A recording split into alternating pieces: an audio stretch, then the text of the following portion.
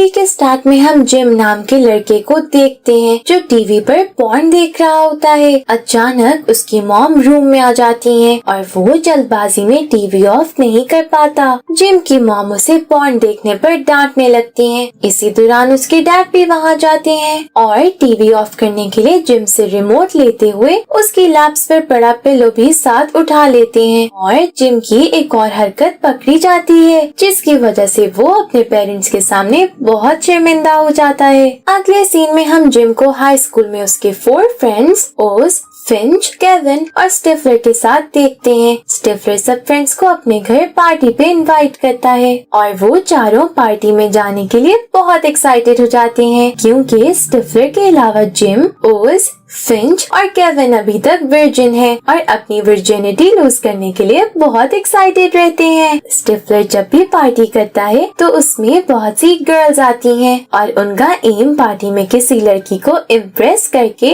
उसके साथ इंटीमेट होना है। सब फ्रेंड्स स्टिफलर के घर पहुंचते हैं। केविन अपनी गर्लफ्रेंड विकी के साथ पार्टी में आता है। पार्टी में जिम की नजर उसकी क्रश नादिया पर पड़ती है। नादिया फॉरेन एक्सचेंज स्टूडेंट है। जिम उसे इम्प्रेस करने की ट्राई करता है लेकिन ओवर एक्साइटेड होने की वजह से अजीब बिहेव करने लगता है और एम्बैरेस फील करते हुए वहाँ से चला जाता है। अगले सीन में हम ओज को कार में एक लड़की के साथ देखते हैं। ओज और वो लड़की कुछ दिन पहले मिले थे और ओज उसके साथ इंटीमेट होना चाहता है लेकिन वो लड़की उसे सिर्फ एक अच्छा दोस्त मानती है, इसलिए ओज की बातों से उसकी इंटेंशंस जानते हुए वहाँ से चली जाती है। सीन केविन और विकी पर शिफ्ट होता है। केविन विकी के साथ इंटीमेट होना चाहता है लेकिन विकी अभी फिजिकल होने के लिए रेडी नहीं है, इसलिए वो दोनों रूम से जाने लगते हैं। लेकिन तभी स्टिफलर एक लड़की के साथ वहाँ जाता है। रूम से जाते ही केविन जिम को बताता है कि विकी अभी तक हुकअप करने के लिए रेडी नहीं है। विकी उसे जिम को ये बताते हुए सुन लेती है और उसे नाराज होकर पार्टी से चली जाती है क्योंकि वो चाहती थी केविन इस बात को पर्सनल रखे। सब फ्रेंड्स स्टिफलर के घर जाते हैं और देखते हैं कि उनके क्लीन क्लासमेट शर्मन ने रात को एक लड़की के साथ हुकअप कर लिया है। शर्मन के उनसे पहले वर्जिनिटी लूज करने पर वो सब कसम खाती हैं कि ग्रेजुएशन होने से पहले वो किसी भी तरह अपनी वर्जिनिटी लूज करेंगे। अगले दिन ओज अपनी क्रश हेथर को इम्प्रेस करने के लिए म्यूजिक क्लास ज्वाइन करता है और उसकी अटेंशन हासिल करने में कामयाब हो जाता है। स्टिफलर, केविन और जिम उसकी प्रोग्रेस पर काफी खुश होते हैं। अगले सीन में हम देखते हैं जिम के डैड उसकी हरकतों को देखते हुए उसे कुछ लव मेकिंग मैगजीन देते हैं और उससे फिजिकल रिलेशंस डिस्कस करने लगते हैं। जिम बहुत अनईजी फील करता है। ये देखते हुए उसके डैड एक ड्रॉर में मैगजीन्स रख के चले जाते हैं। केविन अपने एक फ्रेंड से विकी को मनाने की टिप्स मांगता है जिस पर वो केविन को लाइब्रेरी में मौजूद एक बुक देखने को कहता है। केविन लाइब्रेरी से वो बुक लेने चला जाता है तो उसी तरफ उसका प्लान सक्सेसफुल रहता है और हेथर उसकी फ्रेंड बन जाती है। जिम घर वापस आता है और देखता है उसकी मॉम ने उसके लिए पाए बनाई है। वो पाए में होल करते हुए उसके साथ ही मीटिंग करने लगता है। इसी दौरान उसके डैड वहाँ जाते हैं और जिम एक बार फिर शर्मिंदगी का सामना करता है। नेक्स्ट सीन में केविन लाइब्रेरी से लाई गई बुक देखता है। उसमें गर्ल्स को प्लीज करने की टिप्स होती हैं। हेथर ओज का मैच देखने आती है और प्रॉम नाइट पर जाने के लिए उसे प्रपोज करती है। ओज खुशी से उसका प्रपोजल एक्सेप्ट कर लेता है। हेथर के जाते ही ओज के फ्रेंड स्टूपिड बिहेव करने लगते हैं। हेथर जाते हुए उन्हें देख लेती है। उसे ये सब बिल्कुल पसंद नहीं आता क्योंकि उसे लगता था ओज मैच्योर और जेंटल है। केविन बुक देखने के बाद विकी के पास जाता है और उससे अपोलोजाइज करते हुए कहता है कि वो उसे सेटिस्फाई कर सकता है। विकी इस बात पर उसकी अपॉलजी एक्सेप्ट करती है और केविन बुक की टिप्स के मुताबिक उसे प्लीज करता है। अगले दिन नादिया क्लास खत्म होने के बाद जिम के पास आती है और उसे कहती है कि उसने सुना है वो हिस्ट्री सब्जेक्ट में बहुत अच्छा है, इसलिए वो कुछ टॉपिक्स पर जिम के घर क्लासेस लेना चाहती है। जिम फौरन हाँ कर देता है जिस पर नादिया उसे बताती है कि कल उसकी बैले क्लास है तो उसे उसके घर ही चेंज करना पड़ेगा। ओज और केविन उनकी बातें सुन लेते हैं और ये बात स्टिफलर को बता देते हैं। स्टिफलर जिम को अपने रूम में एक वेबकैम सेट करने के लिए कहता है ताकि वो सब नादिया को नेकेड देख सके। जिम पहले तो मना करता है लेकिन सब फ्रेंड्स के फोर्स करने पर मान जाता है और उसके फ्रेंड्स को देखने के बाद हेथर उससे नाराज रहने लगती है और उसके साथ प्रॉम नाइट का प्लान भी कैंसिल कर देती है। ओज उसके सडन चेंज से परेशान हो जाता है। नेक्स्ट डे जिम नादिया के आने से पहले रूम में कैमरा सेट करता है और उसके ब्रॉडकास्ट के लिंक्स अपने फ्रेंड्स के साथ शेयर कर देता है।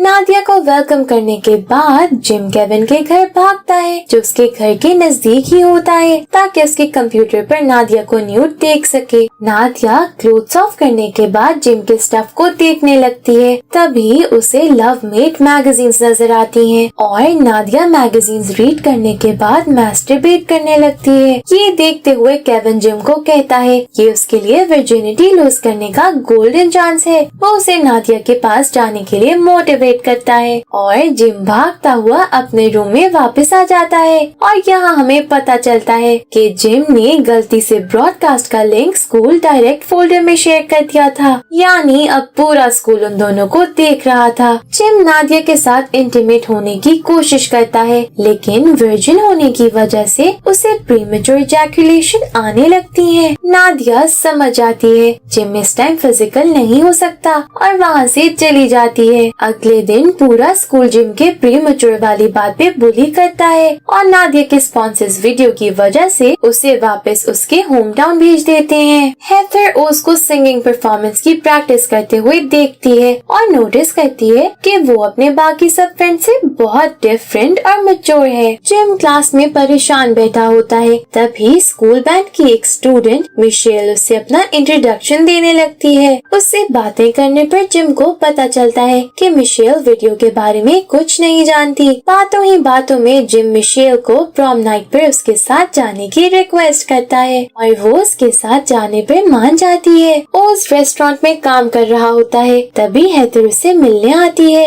और अपने रूड बिहेवियर पर अपोलोजाइज करते हुए उसके साथ पैचअप कर लेती है। स्कूल में स्टिफलर एक लड़की को उसके साथ प्रॉम नाइट पर जाने की रिक्वेस्ट करता है लेकिन वो लड़की कहती है वो फिंच के साथ जाना चाहती है। अगले सीन में हम देखते हैं ओज हेथर को इन्फॉर्म करता है कि म्यूजिक परफॉर्मेंस और उसकी मैच की डेट सेम है जिसकी वजह से वो उसके साथ परफॉर्म नहीं कर सकता। हेथर उसकी मजबूरी समझती है और उसकी बात का बुरा नहीं मानती लेकिन वो मन ही मन में उदास हो जाती है। स्टिफलर जेलेसी में फिंच की मौका में पेंटेलिक्स मिला देता है जिसकी वजह से उसका स्टमक डिस्टर्ब हो जाता है। स्टिफलर जानबूझ के उसे गर्ल्स टॉयलेट में भेज देता है। फिंच गर्ल्स टॉयलेट में अजीब अजीब आवाजें निकालने लगता है। फिंच के टॉयलेट से निकलते ही स्टिफलर बाकी सब स्टूडेंट्स के साथ उसका मजाक उड़ाता है जिस पर फिंच बहुत बैड फील करता है। परफॉर्मेंस डे पर एक क्लासमेट ओज के ना आने पर हेथर को बुली करता है क्योंकि परफॉर्मेंस में ओज